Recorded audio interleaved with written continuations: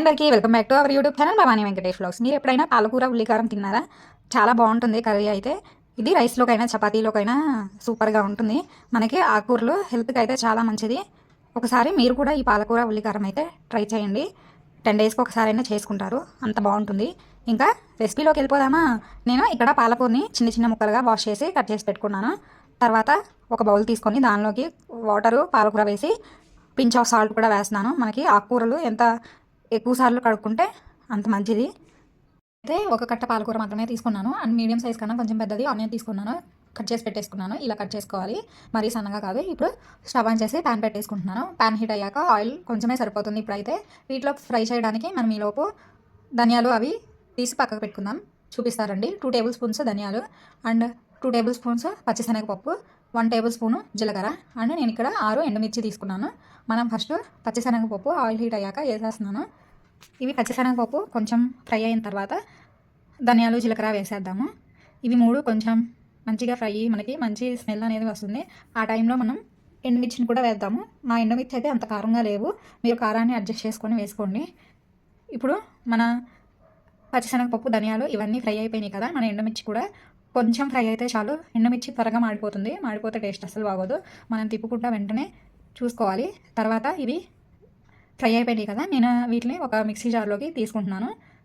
Same అదే ప్యాన్లోకి cut చేసి పెట్టుకున్న ఆనియన్స్ వేస్తున్నాను. ఆనియన్స్ మనకి లైట్ గోల్డెన్ కలర్లోకి ట్రాన్స్పరెంట్గా రావాలి.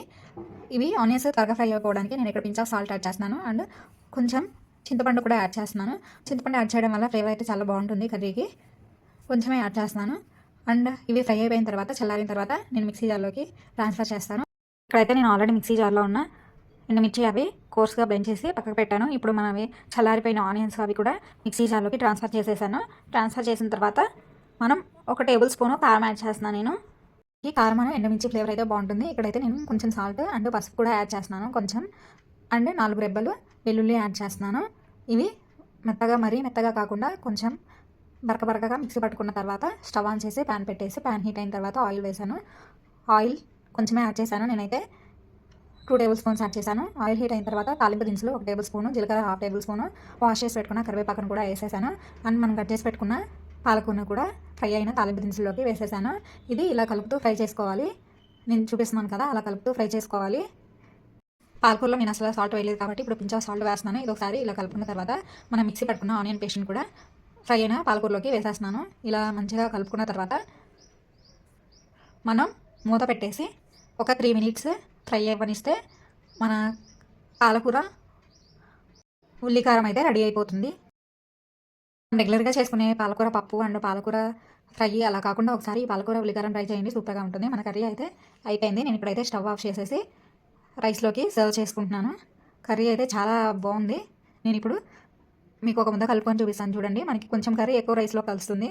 ఎప్పుడు ఈ పాలకూర ఉల్లికారం ట్రై చేయకపోతే ఈ వీడియో చూసి ఒకసారి ట్రై చేసి మీకు ఎలా వచ్చిందో కామెంట్ చేయండి. అంతే. ఇంకా ఈ వీడియో నచ్చినట్లయితే ఊరికే వెళ్ళిపోతే ఒక లైక్, షేర్, సబ్స్క్రైబ్ చేసుకోవచ్చు కదా. బాయ్ అందరికీ. Thanks for watching.